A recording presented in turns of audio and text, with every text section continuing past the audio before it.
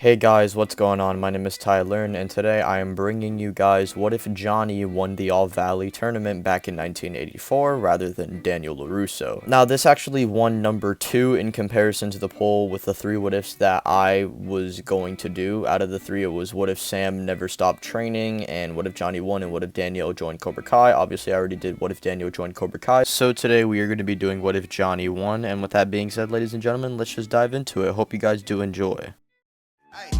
Hey, collecting rings like I'm Sonic. Bitches wanna party. My wrist getting heavy, so I got 'em on a diet. Yeah, flex like I'm Hogan. Yo, he's coming over. Yeah, we respect. Alright, so for this scenario to happen, this is really a simple change, and that's either having Johnny fake out Daniel, or having Daniel just basically not do the crane kick at all. But let's say Johnny does fake him out. He's going to act like he's charging in, but dodges quickly to the right last second, then proceeding to sweep Daniel. And Daniel currently only has one leg on the ground, so it'd be easier for Johnny to just sweep Daniel to the ground and then strike his chest, similar to how Miguel did to Robbie back in his All Valley. But this time, Johnny's going to be doing it first, and he's going to be the first person to actually win the All Valley for Cobra Kai.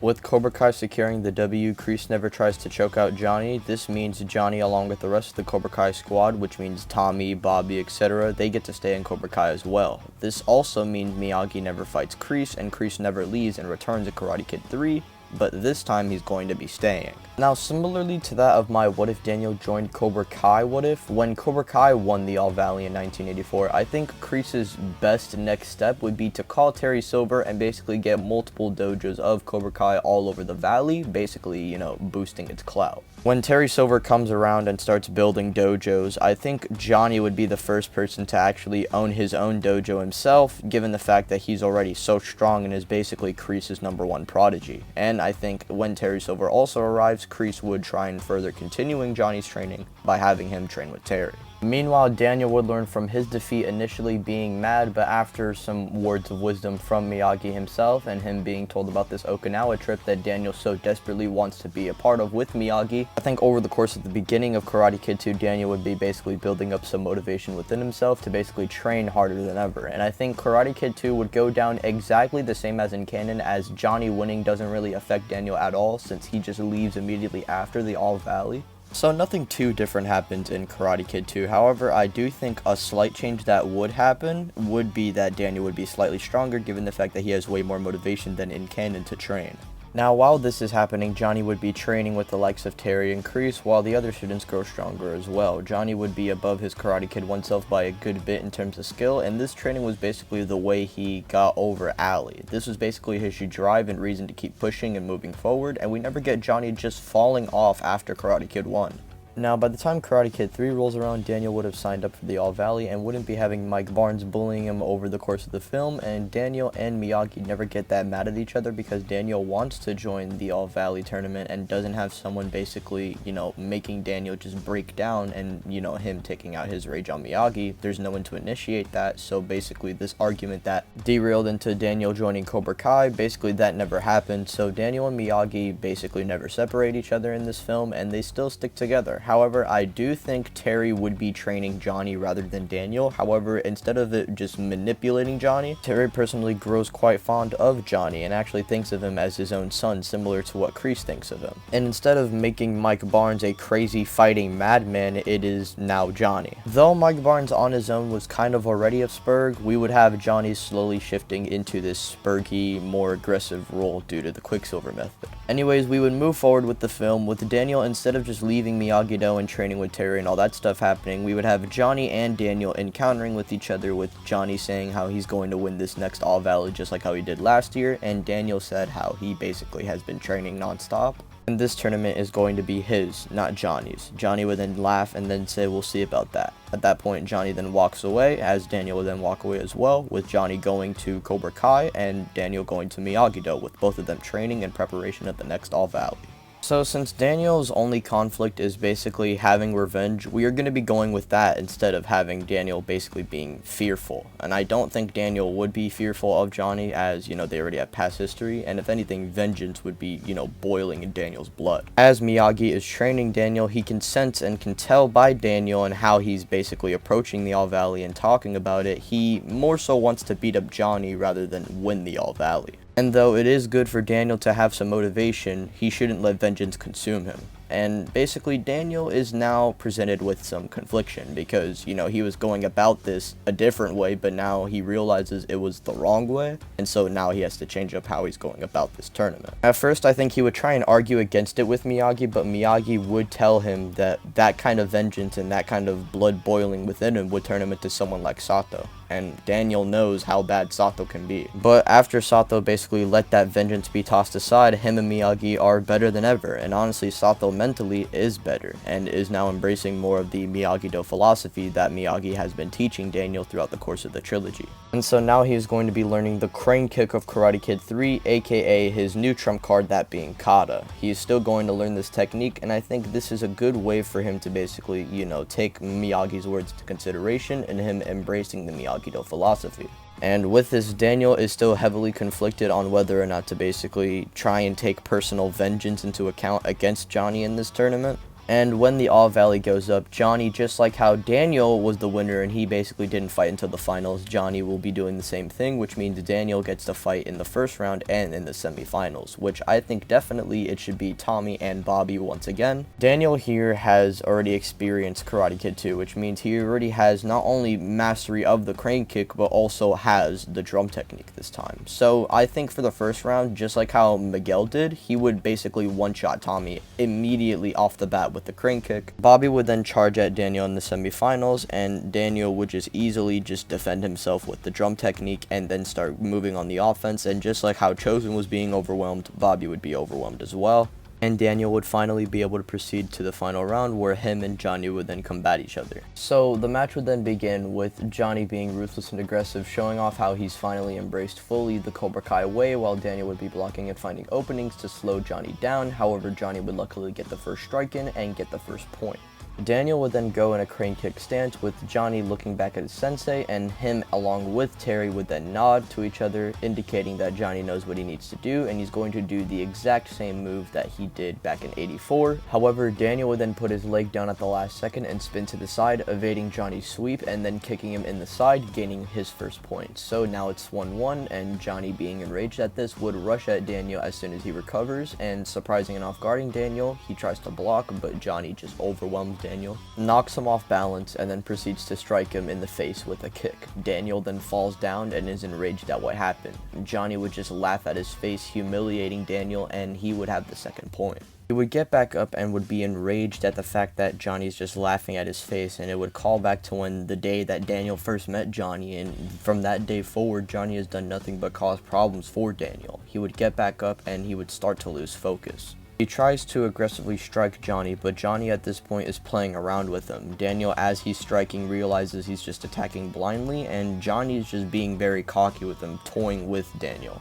At that point, Miyagi would then call timeout, to which before Johnny makes a move, the referee gets in the middle and allows Daniel to basically go to Miyagi. Miyagi at that point would then say to just not let revenge consume him, and he has to finish this fight the right way, and if he just lets vengeance consume his mind, he is not going to win this match. And so Daniel finally snaps out of it, and when the match continues, he immediately just blocks all of Johnny's blows and then strikes him in the chest swiftly, getting his next point, and now it is 2-2.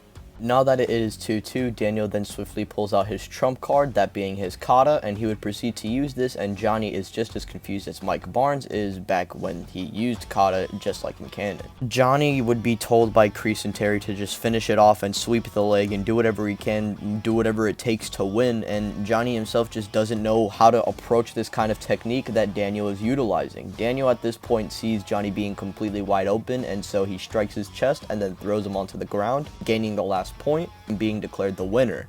Daniel would then be given his trophy, and I think immediately after this encounter we would have Daniel and Miyagi witnessing not only Terry but also Kreese in this timeline trying to hurt Johnny, similar to how Kreese did in Karate Kid 2. And exactly like in Karate Kid 2, Miyagi would intervene as Daniel would help Johnny recover from Kreese and Terry just trying to jump this guy, and Tommy and Bobby would also recover as they try to intervene, but Terry and Kreese just, snap them like twigs. Terry and Kreese would both be trying to get the jump on Miyagi, but just like how it was in Karate Kid 3, Miyagi deals with them with ease and basically just no-diffs them. I think after this, Daniel would try and pick up Johnny, and he would say how that was the toughest fight he's ever really had, and he's glad him and Johnny can make ends meet, and basically have a good ass fight. Johnny nods and handshakes Daniel as the two then go their own separate ways. Johnny has a win under his belt and has a final cool interaction with Daniel LaRusso, and so he's going to keep his head high and not try and fall underwater. And I think before this as well, I think realizing the fact that he was strong in karate and he just had the wrong teachers motivated him to basically change his ways and never become that person that Kreese and Terry were trying to make him become. And so with that being said, Johnny is not going to be living his years just partying and being a loser. Like, he's not going to be a loser in this timeline. I think with this new mentality that Johnny Lawrence is having in this timeline, I think instead of just going out in shame, he would be going out with his head high,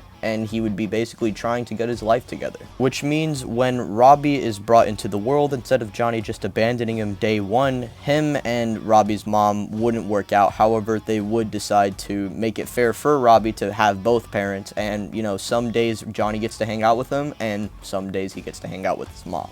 Johnny will not be giving up on his son in this timeline, and I can even see him teaching his son a little self-defense just in case if he ever needs it, but teaches him to never use it to go crazy on someone. Basically having a different philosophy in comparison to someone like Kreese or Terry, and teaching his son karate or self-defense the right way. This leads into one day Robbie and Johnny hanging out, and a new family would then move into the neighborhood, that being Miguel's family. Johnny would be a lot nicer to him, and Robbie would even introduce himself to Miguel, getting off to a nice start, and Miguel already off the bat having an acquaintance. This leads into episode 1 of Cobra Kai playing out, of course. Miguel would still get jumped by Kyler and his friends, but this time Johnny and Robbie are on the move and fight these two, or at least have Johnny help Miguel while Robbie fights them due to Johnny being an adult and he's not going to try and catch a case by fighting children. Also, Johnny isn't going to be nearly as miserable or sulk about Daniel, as he basically left things off with Daniel basically keeping his head high and having a different mentality and not necessarily kind of being miserable and just always having that thing against Daniel. Now, after this point, Johnny would never get arrested, and Sid would still come by and give Johnny money to basically buy him out of his life, which Johnny initially would rip, but he would find to be useful, as, you know, money is money, so he just decides to keep it around and tape it together.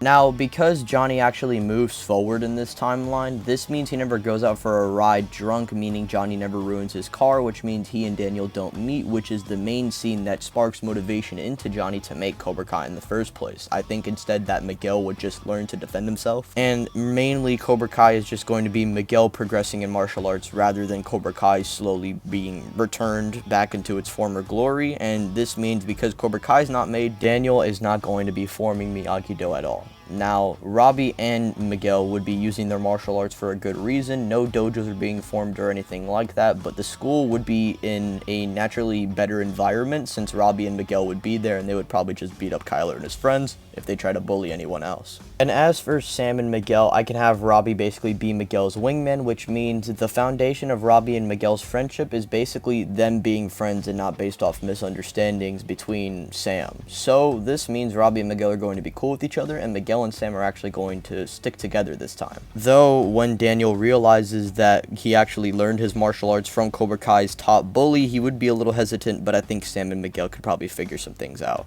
I seriously don't think Daniel's just going to put an end between this relationship over, you know, Daniel's past history with Johnny, you know. I think in the end, Daniel would have to understand for the sake of his daughter and for the sake of her relationship, he would have to keep an open mind about Miguel, and he would come to realize that Miguel isn't so bad.